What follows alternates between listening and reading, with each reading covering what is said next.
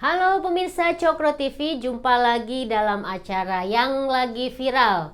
Seperti biasa bersama saya Nong Darol Mahmada dan sebelah kiri saya didampingi oleh Belmondo Scorpio. ya, dan sebelah kanan saya Kajito El Kayo nih. ya. Dan yang lagi viral sekarang ini pemirsa Cokro TV ada beberapa tema ya. Misalnya nih saya sebutkan dulu nih satu persatu.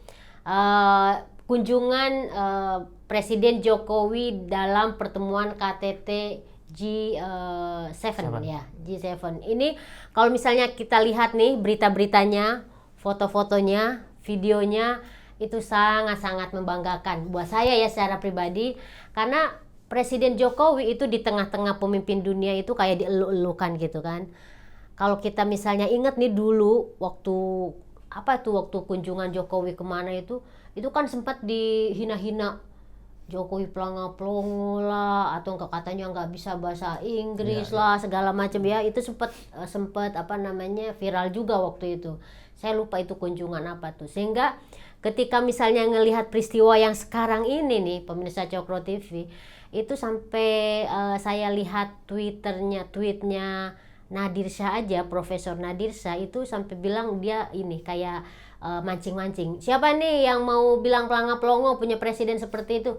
Karena sekarang itu memang hampir nggak ada tuh respon yang negatif ya terhadap kunjungan Jokowi. Dan memang karena kunjungan Jokowi ini istimewa, ada misi yaitu akan berkunjung ke negara konflik ya. Iya benar. Ukraina dan Rusia. Dan itu sebagai misi perdamaian. Dan ini juga yang sangat membanggakan. Itu satu tema yang nanti bisa kita bahas.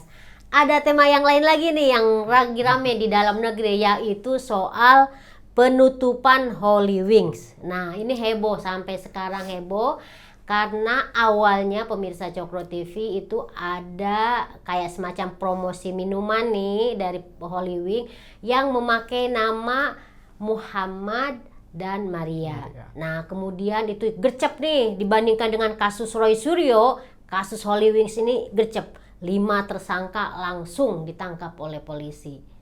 Dan itu ujung-ujungnya sekarang nih lagi rame, ya kan, dibicarakan di berbagai media sosial dan masyarakat juga, sampai yang di penjara pun Rizik Syihab ikut komentar. Tutup katanya, cabut izin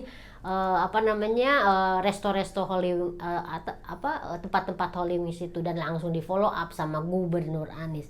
Nah, yang mana yang mau kita bicarakan nih? Pak Tema Jokowi pertama Pak Jokowi dulu. Oke. Sebagai presiden kita hormati dulu. Iya, karena itu kebanggaan kita kebanggaan, ya. Ya benar. Siapa dulu? Belmo dulu. Oh, Belmondo Saya dulu. dulu. Oke, Boleh. Belmondo. Sekali Iya. Kemarin kan Bro Kajito, latihan dulu. sekarang Belmondo. Silakan Bel, gimana? Kalau saya perhatikan juga terkait dengan kunjungan Presiden Jokowi ke luar negeri yang KTT G7 itu, kan sebenarnya yang jadi highlight utama di berita itu adalah Jokowi membawa misi perdamaian untuk konflik Ukraina dan Rusia. Jadi yang saya baca juga berita siang ini, Jokowi udah terbang tuh menuju Ukraina untuk bertemu Presiden Zelensky. Yang niatnya itu untuk membuka dialog sama Presiden Rusia, besoknya ke Rusia. Cuman yang agak menjadi perhatian itu adalah teman-teman yang di dalam negeri komunitas pencinta Pancasila. Jadi apa dia itu? membuat doa Keselamatan ya. keselamatan Pak Jokowi lintas agama. Dan menurut saya ini sebagai dorongan bahwa kita ini benar-benar negara kesatuan yang sebenarnya Cinta menunjukkan damai ya. cinta damai, nilai-nilai kemanusiaan, dan hari ini Pak Jokowi bawa itu. Tenong juga bilang tadi ada yang nyebut Pak Jokowi dulu pelangak-pelongo, nggak pandai bahasa Inggris itu.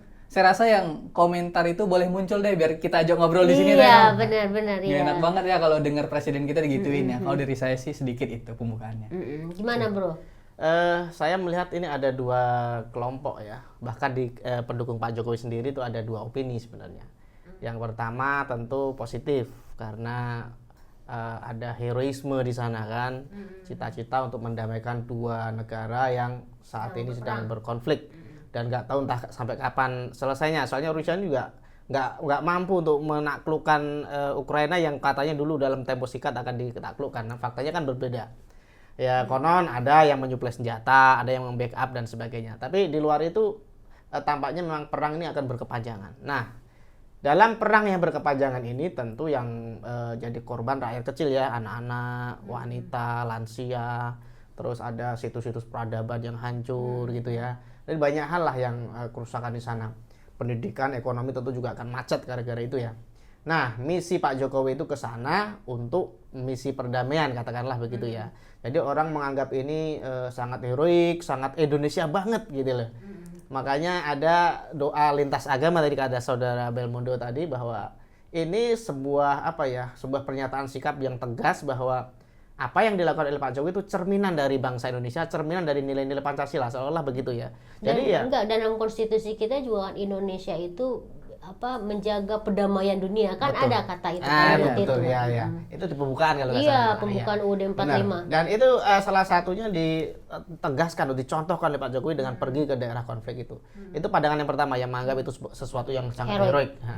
Pandangan yang kedua agak menyayangkan mungkin ya, bukan menyayangkan ya, istilahnya itu was-was atau khawatir khawatir dan diiringi kritik gitu loh. Sebenarnya khawatir tapi kenapa kok bisa? Kok sampai ke sana? Kan bisa lewat telepon, katanya begitu. Ada bilang gitu. Kan bisa lewat apa? Pokoknya jangan sampai ke sana atau di tempat lain, di pertemuannya di negara di luar konflik itulah. Karena sangat berisiko ya seorang presiden datang ke daerah konflik. Kita nggak tahu ya. Karena mungkin saat ke Ukraina pihak lain yang menyerang misalnya, atau saat ke Rusia pihak Ukraina yang menyerang kan begitu. Jadi keselamatan presiden ini sangat penting dan ini hari ini dipertaruhkan untuk mendamaikan konflik gitu loh. Memang tujuannya mulia, tapi kepentingan untuk menyelamatkan atau menjaga seorang presiden juga sangat genting ya, sangat penting. Nah, maka kelompok yang kedua ini bahkan di dalam kelompok Pak Jokowi sendiri menyayangkan gitu loh. Kok sampai ada kegiatan seperti itu. Terlepas dari dua komentar tadi, saya pribadi melihat bahwa sikap yang diambil oleh Indonesia ya, oleh Pak Jokowi itu sebenarnya penting ya. Itu penting untuk menunjukkan bahwa kita itu bukan negara kaleng-kaleng gitu loh. Jadi risikonya memang besar dan itu sepadan gitu loh. Bahwa kemudian ketika Pak Jokowi berhasil atau tidak mendamaikan itu soal lain ya. Bahwa ada keinginan, niat mulia ya dengan begitu risiko yang begitu besar dia tempuh hanya untuk mendamaikan. Keuntungannya nggak ada buat Indonesia sebenarnya kan. Kita nggak ekspor minyak ke sono misalnya, atau kita nggak ekspor gas misalnya kan. Karena yang jadi pertaruhan di sana kan gas dari Rusia itu kan. Nah, keuntungannya malah justru sebenarnya bukan hanya untuk Indonesia, ada tentu saja. Karena Indonesia kan bagian dari dunia gitu loh. Jadi ini untuk perdamaian dunia, betul, bro. Ya. Keuntungannya secara tidak langsung ya, artinya kalau perang ini selesai, damai, ekonomi akan membaik lagi, inflasi akan turun. Jadi bunga US itu ya itu juga akan turun dan sebagainya. Dan dampaknya akan sangat baik sekali karena kita ini sedang membangun ya setelah pandemi dan sebagainya. Dan ini penting, upaya Pak Jokowi itu harus didukung bahkan oleh negara-negara terkuat lain. Makanya Pak Jokowi di G7 itu kan negara terkuat di dunia, 7 negara dengan perekonomian terkuat di dunia. Dan Pak Jokowi satu-satunya yang dari Asia Tenggara ya. Jepang ada di situ ya? Jepang ada. Oh, berarti selain Jepang ya itu. Kita mewakili negara-negara kuat yang ada di situ dan kemudian Indonesia ingin mendamaikan konflik yang terjadi yang setelah panjang dan banyak negara yang nggak bisa mendamaikan. Karena negara Eropa bahkan ini kayak negara Presiden Amerika aja kan nggak sanggup. Karena mereka Presiden Amerika atau negara Eropa tuh bloknya ke Ukraina. Sementara Rusia tuh dijadiin inilah musuh bersama seperti itu. Pak Jokowi nggak mau itu. Jadi konflik ini karena ada sebab kan, ada dua pihak ini nggak bisa dong salah satu disalahkan gitu. Maka cara mendamaikannya yang dua-duanya harus dipuk-puk lah istilahnya gitu ya, dirangkul, diajak ngobrol bareng dan sebagainya. Kira-kira begitu ya. Kalau misalnya di kalangan anak muda nih, Belmondo ini kan gaulnya sama anak-anak muda gitu. Keheroikan presiden kita sekarang ini datang ke Ukraina terus nanti ke Rusia itu kerasa nggak? Jadi role model kan, kemudian kebanggaan gitu. Kalau saya pribadi melihat tentu bangga ya kalau Pak Jokowi datang sana untuk perdamaian. Cuman kalau anak-anak muda belajar PPKN dulu ini kan Indonesia ini kan dulu punya gerakan non blok, tidak blok timur, tidak blok barat. Nah ini yang dilakukan oleh Pak Jokowi kan sebenarnya. Sedangkan negara-negara G7 itu mungkin ada yang blok sebelah sana, ada blok juga yang sebelah sini.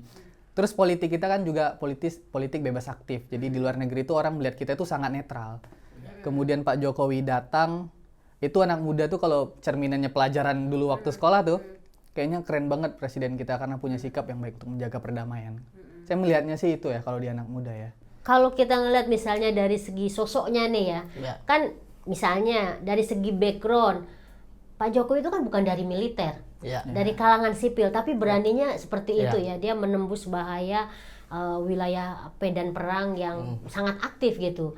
Terus yang kedua, misalnya dari segi fisik, Ya. ya kan, ya cungkring gitu kan, kurus gitu kan. Ini bukan body shaming, tapi memang kan kenyataannya begitu kan. Ya. Nah makanya ketika misalnya kalau kita lihat nih, misalnya di berita atau di video-video gitu, bagaimana Presiden Jokowi itu dipersiapkan dengan nanti akan dikasih apa dibentengi oleh berapa pasukan, itu kalau saya pribadi itu mengharukan banget gitu. Iya, Nih gimana nih teman-teman ngelihatnya? Ya, memang standar operasinya begitu ya. Jadi ini mewakili Indonesia, sebuah negara yang sangat besar. Jadi presiden itu menjadi perwakilan yang menjadi simbol kehormatan ya bagi negara yang besar ini. Dan itu memang sudah semestinya ya dijaga secara berlapis-lapis dengan proteksi yang sangat masif ya, sangat kuat. Ini sebuah standar operasi sebenarnya sebagai negara besar ya, negara yang berdaulat dan memiliki seorang pemimpin yang sampai saat ini disegani oleh dunia, bukan hanya di Indonesia. Saya ingin melihat mengomentari soal kenapa Pak Jokowi yang bukan militer tapi kok berani gitu ya. Memang Pak Jokowi ini aneh ya, kayak seperti anomali gitu loh. Karena selama ini kita melihat orang tuh dari fisik dulu gitu kan, dari Ya, latar belakang kayak tadi dulu. kan saya kan sebenarnya dari kalangan awam kan. Ya simple aja kan Iya, ngelihat aku berani iya. banget Tapi gitu. Pak Jokowi itu sudah dari dulu juga terkenal begitu gitu loh. Jadi ketika ada misalnya demo 212 dia datang. Itu kan gila sekali itu. Kalau nggak salah dulu Afghanistan di Taliban Iya, juga kan juga. datang, Afghanistan ingat nggak? juga Iya. datang gitu. Memang Yang hujan-hujan salju itu ya. Iya, iya, iya. Kayak ada Rocky. sebuah macam tanda kutip kegilaan gitu loh. Iya, dia Sesuatu kayaknya yang- senang tantangan ya. Iya, dia tuh memang kayaknya si kerempeng gitu loh, tapi nyalinya boleh diuji gitu loh. Ya, yang orang sipil, yang mahasiswa kehutanan gitu, yang bisnismen, yang ini tukang mebel katakanlah begitu. Tapi dia punya nyali yang sangat heroik, sangat boleh diuji ya. Bahkan mungkin bisa mengalahkan level mantan tentara katakanlah begitu ya. Bisa diperbandingkan lah. Kalau dalam ketentaraan kan ada ya pendidikan itu ya, bela negara dan sebagainya kan. Pendidikan untuk heroik seperti itu ada ya, ada didikan untuk itu, untuk mencintai negara, untuk berkorban untuk negara. Tapi kalau sipil kan enggak ya, secara umum ya dari sekolah aja kan kita mencintai ya ajarannya PPKN kalau zaman Iya. dulu Iya, kan. PPKN kan tadi dia. Ini nggak ada. Seperti itu. Nggak ada pelatihan khusus Iya. gitu. Nah, saya juga nggak ngerti nih kenapa ada anomali, ada orang seperti Pak Jokowi yang bahaya begitu besar tapi diterobos gitu dan nggak ada takut. Dan ini kalau berhasil nih Pak Jokowi misinya nih mendamaikan atau meredakan perang antara Rusia dan Ukraina, itu ada kemungkinan presiden kita tuh mendapatkan Nobel perdamaian. Wah, Nah, itu itu sangat keren banget. lebih Keren banget. membanggakan lagi. Iya. Dan saya pikir itu logis loh kalau Rusia itu sebenarnya sudah kepalang tanggung ya, mau dia nyerang terus juga nggak menang-menang gitu loh. Mau mundur malu, kan udah keluar-keluar ini. Nah, titik baliknya Pak Jokowi ini butuh alasan. Nah, ini momen yang pas nih kalau mereka menggunakan momen ini untuk titik balik biar nggak malu-malu banget gitu kan. Ya, kesempatannya Sama-sama untung digunakan. Ya, sama-sama untung. ya. Wah, saya menghormat pada Indonesia, saya oke lah, saya tarik misalnya gitu kan, nggak malu-maluin banget gitu loh. Nah, ini kalau tadi kita bicara soal hal yang membanggakan kita, Oke. ya kan, Iya, iya. pada sosok Presiden Jokowi. Jadi kita memang tidak salah kalau untuk mendukung Presiden Jokowi itu ya karena memang membanggakan. Tapi di dalam negeri nih, yang tadi saya sampaikan itu ada penutupan Holy Wings, ya. Memang awalnya karena diprotes oleh Ansor ya kalau nggak salah ya, Ya, GP Ansor. Ansor ya, GP karena Ansor yang protes. karena kasus itu ya kan promosi ini. Tapi kemudian kan ternyata setelah diungkap ada hal lain. Karena kemudian kan bukan hanya Holy Wings di tempat itu promosi yang ditutup, tapi ternyata seluruh usahanya itu kan yang ditutup. Ada 12 kalau nggak salah di Jakarta ya. Sebagai anak muda nih, kalau aku kan ngelihat Belmondo nih anak muda terus nih. Oh iya. Kamu ngelihat ini gimana nih? Siapa yang salah? Emang Holy Wings itu salah, layak ditutup karena dia memang melanggar ketentuan menjual miras ya atau apa gitu. Oke. Gimana itu? Kalau saya Tenong ya, kalau saya mau berangkat dari persoalan yang Holy Wings membuat promosi menggunakan nama Muhammad dan Maria. Ya. Kalau saya kan anak muda ini kan setiap aksi pasti ada reaksi. Ya. Terus aksinya Holy Wings, reaksinya itu dari teman-teman Banser yang kemarin datang konvoy Iya. terhadap Holy Wings. Ya. terjadilah perselisihan di antara keduanya. Lalu kan kalau saya boleh kutip di berita juga, Gus Yakut, Menteri Agama bilang, udah jangan konvoy terus gitu terhadap Holy Wings. Dan Holy Wings juga udah meminta maaf lewat akun Twitternya, dan orang-orang yang melakukan promosi itu kalau memang bersalah secara hukum, biar hukum yang selesaikan. Ya. Terus kemudian ada persoalan Holy Wings ditutup, saya rasa itu persoalan yang berbeda. Jadi itu dua Dua hal hal yang yang berbeda. berbeda. Terus yang dinotis Anies itu adalah Holy Wings ini ternyata izinnya kurang lengkap. Yaitu pengedaran alkoholnya, saya lupa kira-kira teknisnya Karena itu begitu. banyak izin usahanya diperuntukkan buat resto. Iya, benar. Jadi bukan bar Bukan istilahnya. bar. Masalahnya lagi adalah kenapa baru tahuan sekarang? Nah. Kenapa nggak dari Ini kemarin? baru masuk ke bola nih kan. Gimana? Kenapa baru tahunya izinnya tuh nggak sekarang? Atau jangan-jangan banyak bar di luar sana yang izinnya tuh nggak ada? Nah, Saya rasa Pak Anies kalau kerja yang lo bener dikit lah. ya ini. Saya udah tuh begini nih. iya, masuk nih barang. Kalau saya yang benar katakan benar, yang salah bilang salah. Benar, Ini kan benar. hal-hal yang teknis Kritik, banget. iya. Dan ini hal-hal terkait kinerja dinas-dinas, ketua-ketua kepala dinas yang dipilihnya itu siapa. Dan ini menjadi persoalan penting juga dari kasus Holy Wings ini. Berarti bisa jadi banyak usaha-usaha yang izinnya itu sebenarnya nggak jelas oleh Pak Patut Anies. dicurigai. Patut dicurigai dan Iya. perlu dicari tahu. Jangan kemudian Holy Wings ini ditutup, Yang lain yang nggak. lainnya untung malah kebuka terus. Aduh. Harusnya audit kalau saya sih, saya rasa ya. Ya. Gubernur. Jadi ini lagi-lagi gubernurnya nggak bisa kerja kan? Iya. Gimana bro? harus Setuju evaluasi, nggak, harus bro? kalau saya harus evaluasi Saya, sih. saya setuju sekali ya. Tapi kenapa Anies reaktif? Nah, ini yang perlu dibahas ini. ini. Ada apa ini? Begini, katakanlah Holy Wings salah, oke ya. Dia menyinggung umat dan sebagainya, dia nggak punya izin, oke itu kan. Tapi kemudian Anies ini gerakannya cepat kilat gitu loh. Iya, cepat banget. Cepat banget.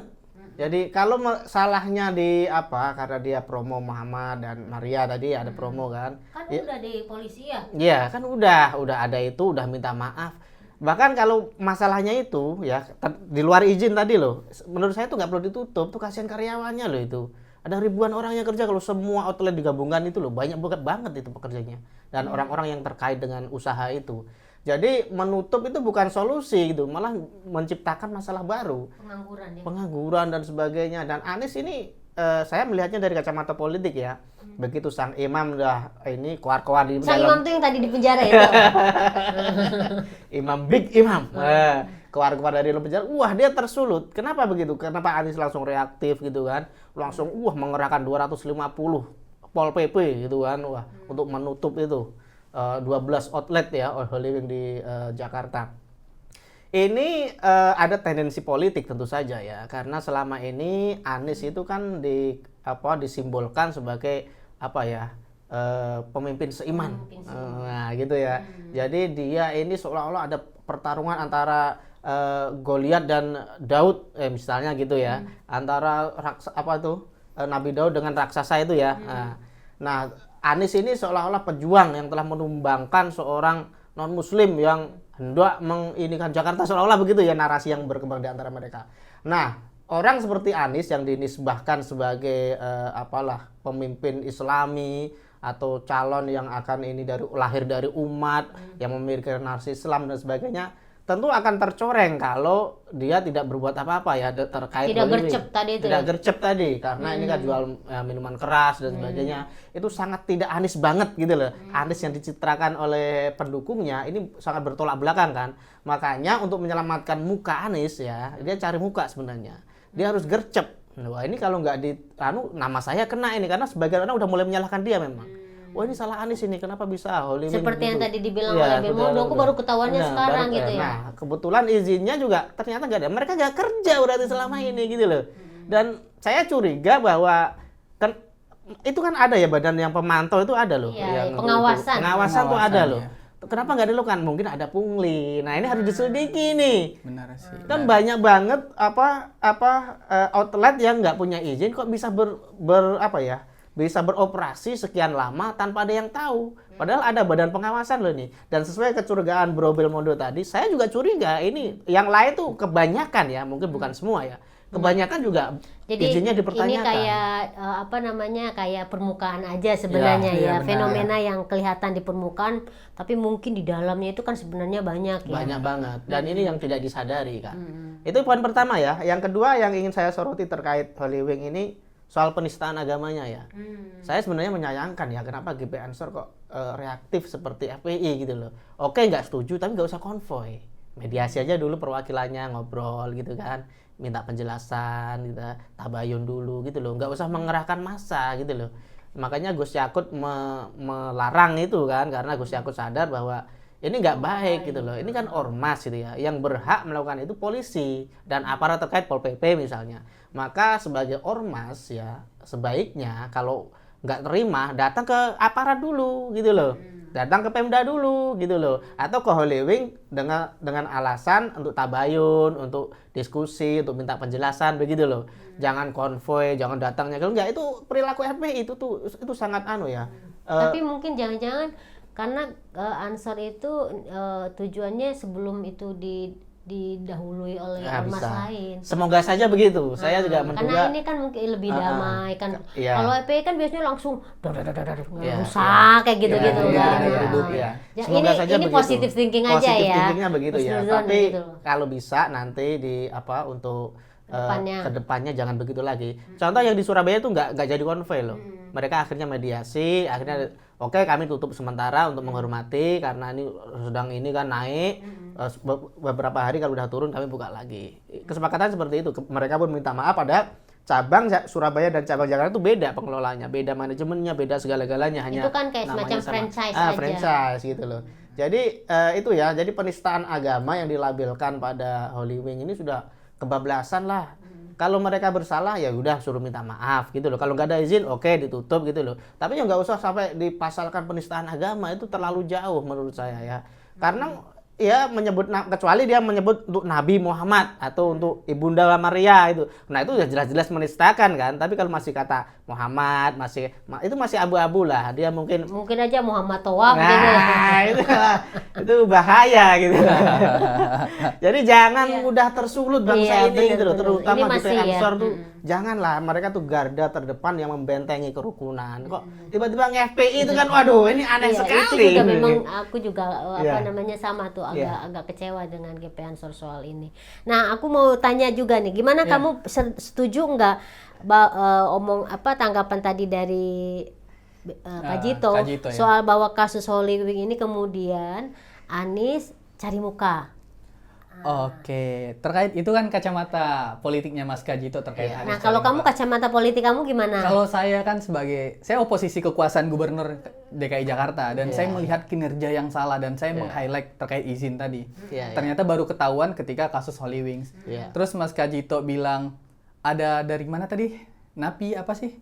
Oh, Big Imam. Big Imam dan apapun terkait itu saya rasa itu Mas Kajito lebih tahu dibanding saya. Cuman kalau kinerja saya boleh gitu. boleh saya Tapi komentari. kan kalau misalnya mau lebih diperluas lagi nih Belmondo, memang kan Anies ini sekarang juga lagi rame nih, masih rame diperbincangkan terkait dia dikaitkan lagi dengan dulu waktu jadi gubernur itu kan memakai politik identitas. Oh, iya, benar. Karena itu kemudian sekarang lagi diramein bahwa Anies itu sebagai bapak politik identitas. Nah, kamu setuju nggak dengan pernyataan itu? Yang saya baca berita juga yang saya perhatiin Pak Anies ini dia menjadi sasaran utama framing politik identitas. Iya. Itu kalau saya perhatikan juga pasti ada alasan kenapa gitu. Iya. Ternyata setelah saya baca berita ulang tahun 2017 dia itu pernah datang ke pentaburan tempat FPI. Petamburan, ya, iya. tempat FPI 2017. 2020-nya Menko Polhukam Pak Mahfud bilang FPI dibubarkan. Iya. Jadi dia datang ke tempat orang yang bibitnya itu akan dibubarkan di tahun berikutnya gitu. Terus hari ini Pak Anies dibilang ini politik identitas, saya rasa wajar dibilang kayak gitu. Karena ada unsur atau kedekatan dia yang menyenggol ke arah FPI tadi dan itu wajar kalau saya melihat ya. Terus apakah dia disebut bapak politik identitas? Saya rasa bolehlah disebut bapak politik identitas. Jadi kamu setuju ya? Boleh lah. Setuju, sama berarti. Karena kita nggak bisa hilangkan juga dengan jejak digital yang telah dilalui. Betul. Terus kalau saya mau bilang bagaimana kepribadiannya, saya nggak tahu juga. Karena politik ini orang kan mudah bermanuver, berpindah-pindah gitu.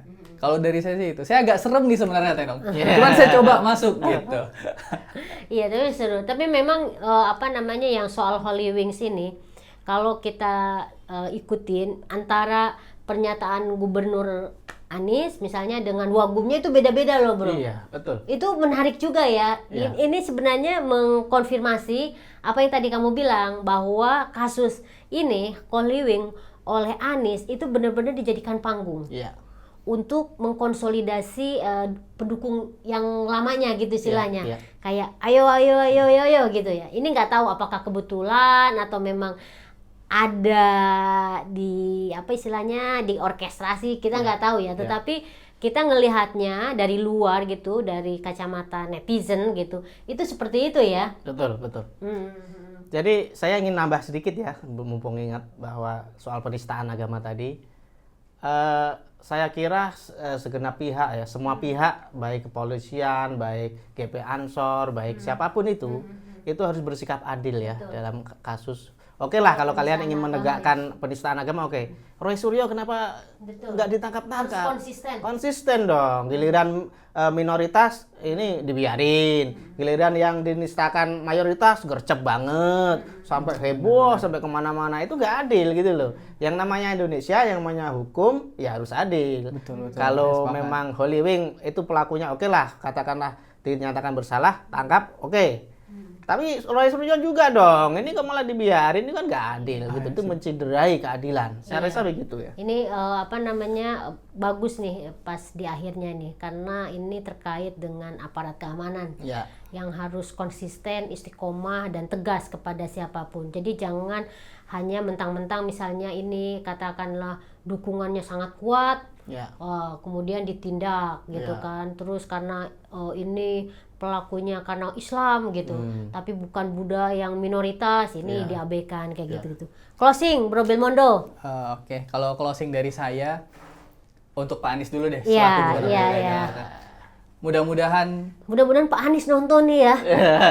Mudah-mudahan ditindak lah izin-izin, barangkali ada yang belum, itu masih permukaan. Mudah-mudahan berubah lah kinerjanya jadi lebih baik kalau Pak Anies itu. Tinggal beberapa bulan lagi, Bel. Iyalah, berapa bulan lagi lah ya. Udah telat. Ya sempat. terkait dengan keberagaman, saya agak notice terus Mas Kajito bilang kasus yang muda agak ditinggalkan. Giliran kasus yang mayoritas itu mulai diperhatikan. Jadi untuk aparat hukum lah ya. Mungkin bisa diperhatikan hal-hal itu karena kan kita negara juga banyak minoritas di dalamnya. Kalau kita perhatikan mayoritas saja, yang minoritas-minoritas pasti tertinggal. Apalagi kemarin kalau boleh dikit penutup itu yang agama lokal yang rumah ibadahnya dirobohin. Iya. Saya rasa hal-hal seperti itu tuh harus diperhatiin sih, karena dia warga negara Indonesia juga. Iya, Saya sih itu. Di dalam konstitusi semua warga itu sama Iya. haknya. Benar. Oke, udah. Udah Closing deh kalau udah saya ya. cukup deh itu. Gimana, Bro? Saya hanya ingin menegaskan tadi ya yang sudah saya paparkan, bahwasanya kasus Holy Wing ini sebenarnya ya kasus biasa lah, bukan penistaan agama menurut saya. Ada kesalahan, oke, tapi itu bukan penistaan agama, masih jauh banget. Makanya setiap orang itu jangan reaktif lah, terutama Anies tuh ngapain sih memanfaatkan itu sebagai panggung. Kasihan loh karyawan-karyawannya itu kalau ditutup 6.000 gitu loh. Kalau mereka memang kurang ya suruh melengkapi izin misalnya, Iya. atau diberi sanksi yang Ya di di off-kan dulu misalnya berapa minggu gitu Iya, ya. jangan langsung dicabut, langsung ini kan kasihan banget. Jadi ada proses lah. Anies ini berhubung karena imam besar udah berfatwa, Memberikan fatwa. memberikan perintah tutup, langsung ditutup gitu loh. Dicari-cari, oh ini izinnya untuk resto bukan bar, itu kan nggak benar. Jadi menurut saya segala sesuatu tuh harus ditempatkan pada tempatnya ya. Adil. Iya, harus adil, terutama untuk kalau memang kasus penistaan, oke. Roy Suryo juga harus digeret dong, itu biar adil. Masa yang kecil aja, yang gede aja, yang kecil nggak diperhatikan. Kira-kira begitu, Pak. Oke, terima kasih Kak Jito, Belmondo, pemirsa Cokro TV. Ini menarik sekali ya, meskipun dua tema yang berbeda-beda, tetapi memang yang lagi viral temanya tentang itu dan poin yang terakhir tadi yang dari Bro Kajito dan juga Belmondo soal penistaan agama, karena ujung-ujungnya Holy Wing itu yang korban selain pekerja yang banyak menganggur itu karena ditutup tempat kerjanya, juga ada 5 pelaku yang dianggap sebagai pelaku dari penistaan agama. Dan kita berharap seperti yang tadi dibilang oleh Bro Kajito, itu kan mereka cuma pekerja aja ya, bukan misalnya benar-benar aktor intelektualnya yang sengaja menghina Nabi atau Bunda Maria, bukan. Tapi ya mungkin cuma buat asik-asikan aja, tapi kebablasan. Itu mungkin yang harus jadi poin buat aparat hukum dan juga mungkin oleh kita semua, bahwa kita jangan terlalu sensitif kalau soal-soal kayak gitu. Tetap pada porsinya. Begitu aja. Nah, kita akhiri ya. Terima kasih.